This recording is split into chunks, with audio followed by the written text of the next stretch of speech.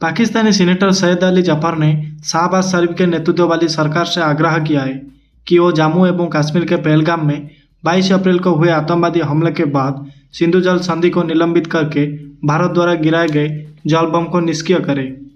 Senate को संबोधित करते हुए विपक्षी पार्टी पाकिस्तान तहरीक ए इंसाफ के सीनेटर ने इस बात पर प्रकाश डाला कि 10 में से एक व्यक्ति सिंधु नदी प्रणाली के पानी पर निर्भर है और चेतावनी दी कि यदि इस संकट का समाधान नहीं किया गया तो बड़ी आबादी भूख से मर सकती है। अगर हम इस जल संकट को अभी हल नहीं करते हैं तो हम भूख से मर सकते हैं। इसका कारण यह है कि सिंधु बेसिन हमारी जीवन रेखा है। हमारा 3/4 पानी देश के बाहर से आता है।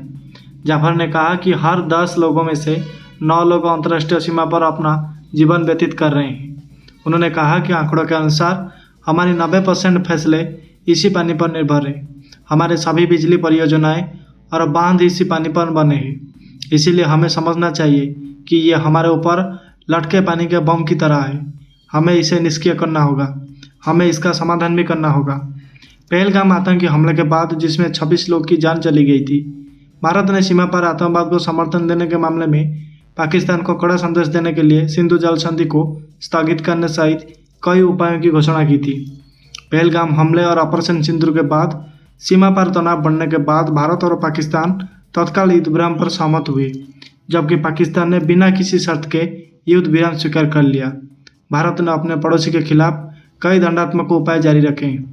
युद्ध विराम भारतीय और पाकिस्तानी अधिकारियों के बीच प्रत्यक्ष बातचीत का परिणाम था, जिसमें इस्लामाबाद ने बिना किसी पूर्व शर्त, बिना किसी पश्चात शर्त और अन्य मुद्दों से किसी भी प्रकार के संबंध के साथ शर्तों पर सहमति व्यक्त की थी।